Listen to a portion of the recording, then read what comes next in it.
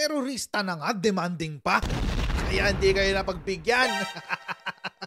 Ayan ang naganap mga kakotsero nitong araw na ito. Nagsalita ang ating National Security Advisor na si Anyo, okay, na si Secretary Anyo, tungkol sa demands ng CPP, NPA, NDF.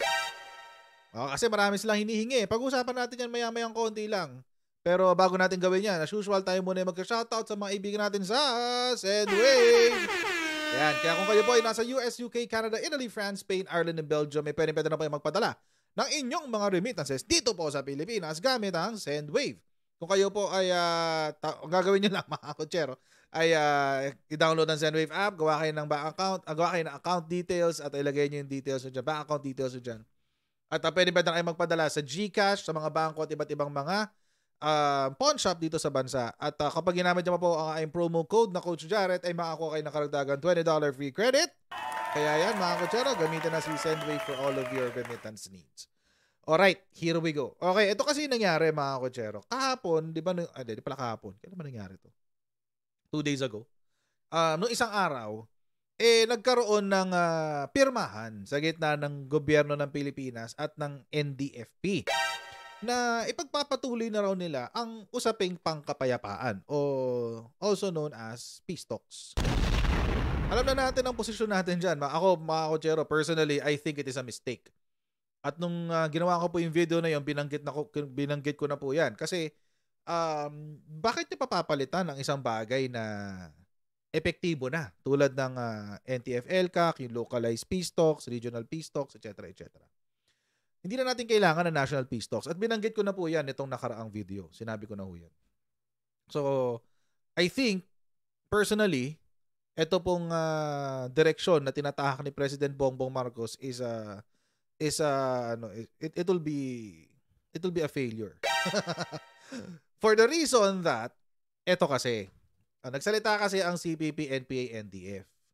Naglabas na sila ng kanilang demands para daw mag-umpisa na ang usapin sa gitna ng gobyerno at ng CPP, NPA, NDF. May demands na sila, ayan o. CPP lays out demands to bolster peace negotiations between government and NDFP. Okay. Ano kanilang mga demands? Ayan, ito. Ito yung sinabi ni Marval Buena. Si Marval Buena, mga kotsero, hindi ko alam kung ito yung totoong pangalan niya, pero malamang sa malamang, screen name lang niya to. Siya yung spokes ng CPP, NPA, NDF ng buong organisasyon. So, ito sinabi niya, to clear the road for peace negotiations, it is the distinct responsibility of Marcos to take the initiative to sweep away the Duterte period thorns and spikes which litter it. Ibig sabihin, kung gusto niyo magkaroon ng peace talks, dapat itong Marcos administration, linisin itong ating peace talks, tanggalin yung mga pipigil dito sa peace talks nato. Yan sinabi ni Balbuena. Ano daw yun? Una, para magkaroon tayo ng negosasyon, sabi ng CPP, NPA, NDF. To allow the negotiations to move forward, Balbuena said the government should release all NDFP's consultants. Palayain daw lahat ng NDFP na nakakulong ngayon. At tanggalin ang designation ng bilang terrorist group ng NDFP. Tanggalin daw sila bilang isang terrorist group. Hindi lang pala NDFP. Buong CPP, NPA, NDF. Wag na raw silang i-categorize or wag na raw silang i-designate na isang terorista. Grabe. Ang bibigat ng hinihingi nila. These are critical and practical measures without which it is doubtful that peace negotiations can even proceed. Sinabi ng CPP, NPA, NDF, kapag hindi nyo to ginawa, hindi tayo mag-uumpisa ng peace talks. Yan na. Sinabi ko na yan nung nakaraan sinabi ko yan nung nakaraang video. Ang sinabi ko, umpisa pa lang, iniipit nyo na ang gobyerno? You should never really negotiate with terrorists. The CPP also urged the Marcos to dismantle the NTF-ELCAC. Tanggalin na raw yung NTF-ELCAC, mga kotsero. Also, palayain lahat ng political prisoners na umaabot sa 800 katao. 800 people, palalayain mo. Ganun-ganun lang. Yung pinaghirapang hulihin ng ating gobyerno, papalayain lang ng ganun-ganun lang. Ganun-ganun lang talaga, na? Yan ba ang gesture of good faith na hinihingi nyo? Kailan kayo magkakaroon ng gesture of good faith para sa gobyerno?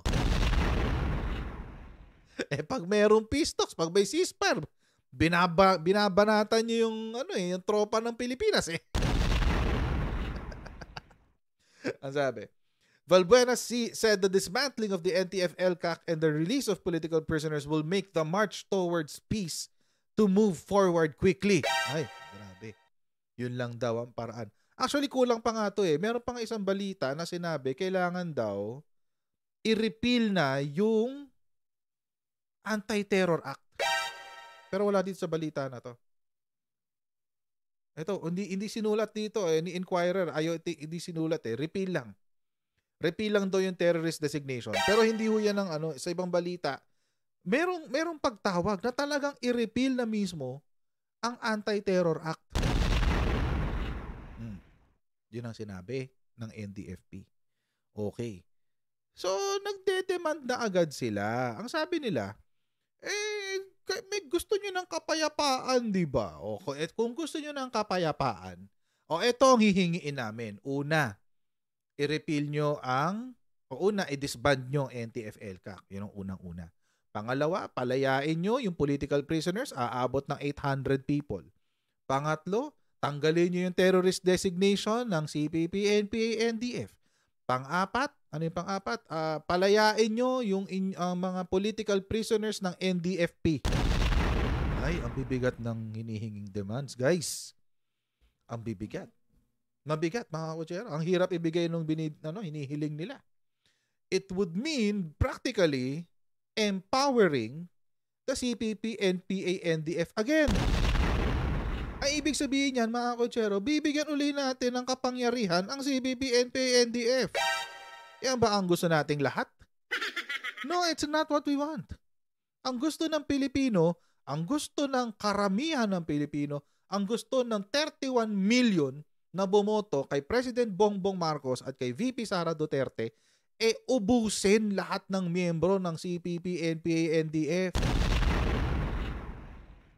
Ang gusto ng 31 million na bumoto kay VP Sara at kay President Bongbong Marcos ay i-dismantle na ang CPP, NPA, NDF. Ang gusto ng mga 31 million na bumoto kay President Bongbong Marcos at kay VP Sara Duterte ay durugin na ang CPP, NPA, NDF. Yan po ang gusto ng karamihan ng Pilipino. Hindi dapat binibigay itong demands na ito ng CPP. Walang ganun. Mangarap kayo ng gising. Maghintay kayong gamamuti ang mga mata nyo. Alam nyo, ako share kung bakit. Sinabi na rin kasi doon sa press con ng nung nakaraan tungkol sa peace talks. Sinabi na po ng ating AFP, si General Browner ang nagsabi, out of 20 weekend guerrilla fronts, 15 na lang ang natitira. That's roughly, nabasa ko sa isang balita, that's roughly around 2,000 to 4,000 members.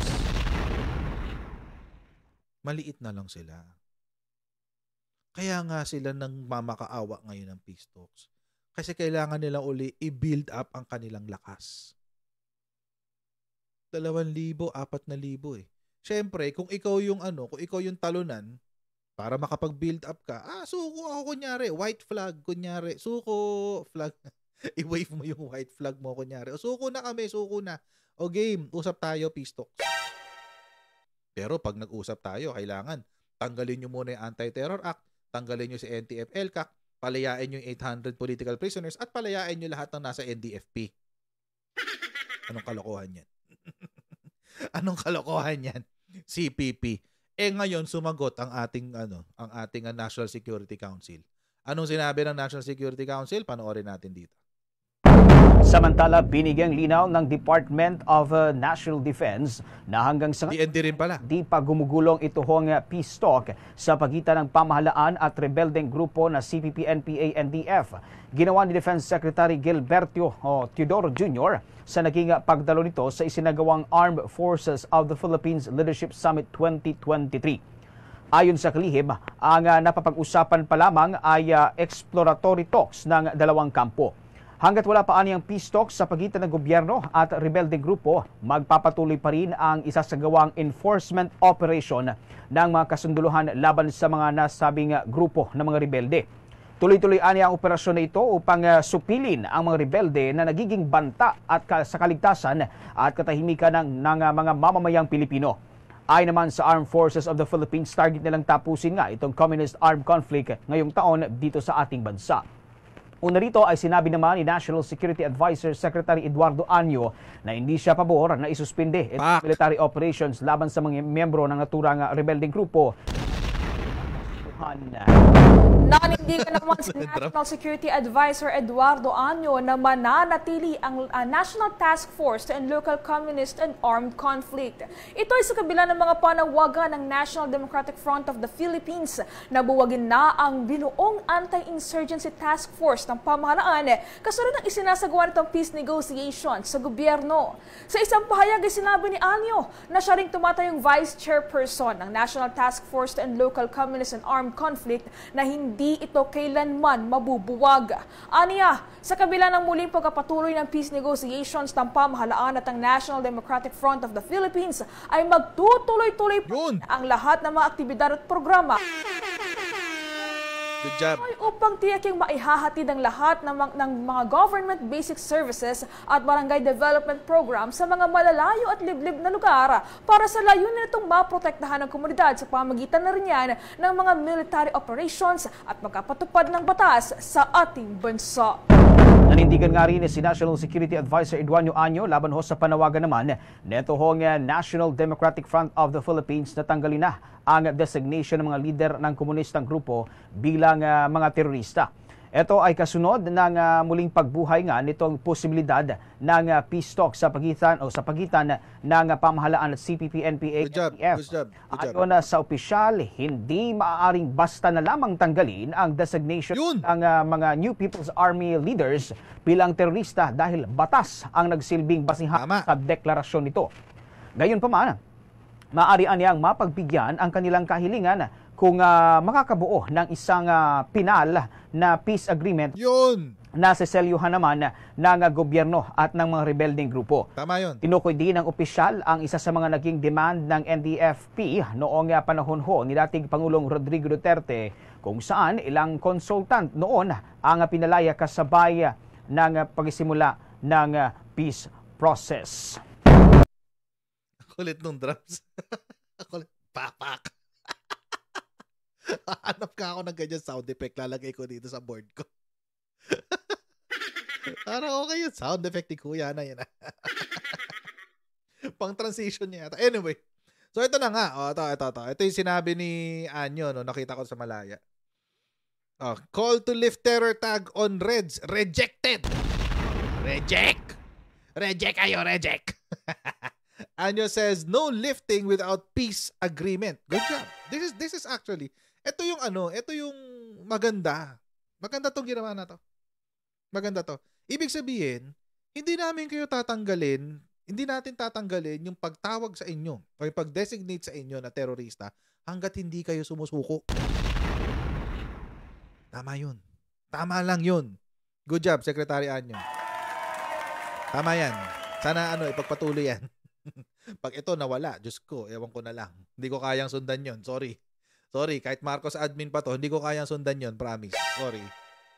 Pag nawala yan. National Security Advisor Eduardo Año yesterday rejected the call of the NDFP to lift the government's designation of the communist group and some of its leaders as terrorists with the impending resumption of peace negotiations. So, yun. Walang ganon. Sabi niya, there's a process for that. It cannot be lifted easily. Kasi kailangan, dahil sa Anti-Terror Act, i-a-apply mo yan. Kumbaga, kailangan mo umapela sa Court of Appeals. At saka dun sa Anti-Terror Council kung para matanggal yung designation mo. When there is already a peace settlement and they agree to abandon the armed struggle, it's already easy to lift the designation. Ayun. Pag sumuko na kayo, at kapag kayo sumuko na, madali na yan. Yan ang sabi ni Secretary Anyo. Pag sumuko kayo, madali na yan. O go, suko na kasi. But without a final peace settlement, that's difficult to grant. We cannot grant that now. Good job kayo dyan, Secretary Anyo. Good job. Good job kayo dyan. Anyo said the government wants to avoid giving in to the demands that communists of the communists without concrete developments in the peace process. So di rin nila pwedeng ibigay yung hinihiling nitong mga to hanggat walang konkretong development dyan sa peace process. Ang gusto kasi na CPP-NPA, hindi pa nga nag-uumpisa yung peace process, gawin na agad yan ng gobyerno yung dinedemand nila. Di ba? Yun ang gusto nilang gawin eh. Bago tayo magpatuloy sa peace negotiations, gawin nyo muna yung gusto naming mangyari. Walang ganun, CPP-NPA, NDF. Walang ganun, huwag nyo kami utuin dahil ginawa na rin nila yan before, sabi ni Anyo. Sabi, he pointed to another call, release the detained NDFP consultants to allow them to participate in the process. When the peace process was terminated in 2017, that consultants did not turn themselves in. So pinalaya sila noong 2016, 2017 para magkaroon nga ng peace talks. Tinapos na yung peace talks. Hindi sila sumuko. Nagtago silang lahat. Ito yata yung sila halandoni. Kaya sila naging wanted. We want to avoid incidents like that in the past. Yun. They made a lot of demands. Humingi ng demand pero hindi nila sinunod o walang follow through sa kanilang mga pinangako. What happened was those who were released did not return. They went back to the mountain. That is our apprehension. Imagine 800 din yun ha. Itong sa dinidemand nila ngayon, NDF consultants saka 800 na political prisoners daw, quote-unquote. Diyos ko, napakarami. Buti na lang walang ganun. Diba? Buti hindi nireject yung demands. Pangalawa, isa pa, walang ceasefire. Wala nang ganun. Hindi na uso yan. walang ceasefire na magaganap. Bahala kayo sa buhay nyo. Sabi ni Anyo. I don't recommend SOMO o suspension of military operations. I don't recommend any ceasefire, sabi niya. Let's give the AFP the chance and opportunity to accomplish their objective. Malay nyo kasi, mauna pa silang matapos dyan. Diba, malay nyo? Sa sobrang tagal mag-decide ng peace talks, sa sobrang tagal ng inaabot ng peace talks, mauna pa yung AFP, sabihin na lang nila bigla-bigla. Sa gitna ng peace talks, wala na ho tayong peace talks sa pag-uusapan, ubos na po silang lahat. Diba? Pwede mangyari yun. Why not? Anyo said the AFP will continue its activities including military operations and law enforcement. Wala. Iya kayo, CPP-NPA. Iya kayo dyan. Wala kayong magagawa. Kasi, buti na lang na ganito na yung sistema. Hindi katulad nung nauna na ibinigay lahat. Ibinigay mo na lahat, sinaktan ka pa rin. Lakas makakatngel. Anyway, hindi naman sila yung topic natin ngayon. So yun, ganon. Hindi pwedeng ganon. Nangako ka, nagagawin mo yung mga ganto-ganto, ganyan-ganyan. Tapos, hindi mo gagawin? Walang ganon. Yan. So, buti naman ganito na yung posisyon ng ating gobyerno na hindi na nagpapauto sa CPP, NPA, NDF. Na hindi na sila nagpapabola sa mabubulaklak na salita ng CPP, NPA, NDF. At sana magpatuloy ito hanggang sa katapusan ng peace talks kung matutuloy. Mukhang malabo Kasi sabi ni Valbuena, hindi mag-uumpisa ang peace talks kung hindi kayo susunod sa gusto namin. Ang sabi naman ng NDF-LCAC, ng National Security Council at ng Government of the Philippines, hindi namin ibibigay ang gusto nyo. Mag-peace talks muna tayo. Saan kaya? Sinong gigiba? Anyway. So, ganito lang po muna tayo sa video na ito, mga Kutsero. Please don't forget to like, share, and subscribe. And I'll see all of you in our next Go Giant Live. God bless. See you next time. Bye.